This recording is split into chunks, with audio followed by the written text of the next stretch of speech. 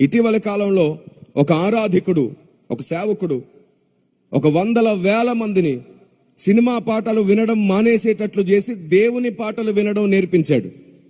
First వారికి ఒక మంచి లక్షణం అలవాటైంది. సినిమా పాటల కంటే దేవుని పాటలు కూడా ఏమాత్రం తగ్గవు, మనం దేవుని పాటల్లో కూడా అలాంటి ఆనందాన్ని వెతకొచ్చు అనేటువంటి ఒక డైవర్షన్ అయితే వారికి వచ్చింది. బురదలో వెళ్లకుండా వారు దేవుని సన్నిధిలోనికి వచ్చే ఒక అవకాశం అతని ద్వారా ఏర్పడింది.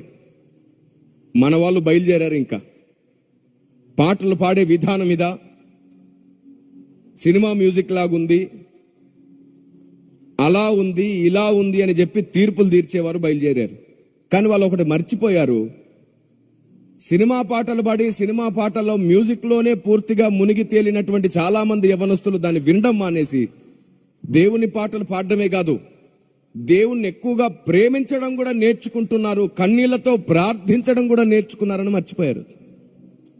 పైకి కనబడుతున్న పొరపాటును మాత్రమే టార్గెట్ చేశారు, కానీ లోలోన జరుగుతున్నటువంటి ఫలితాన్ని చూడలేకపోయారు. అలాగూ పైరూపాన్ని బట్టి తీర్పు తీర్చేవారు అనేకులు, వేలు చూపుని బట్టి తీర్పు తీర్చేవారు అనేకులు. అలాంటి స్వభావం ఒకవేళ మీలో ఇక్కడున్న వారిలో ఉంటే గుర్తుంచుకోండి, మీ దినములు ఈ ముగింపు దినాలలో త్వరగానే ముగియబోతున్నాయి.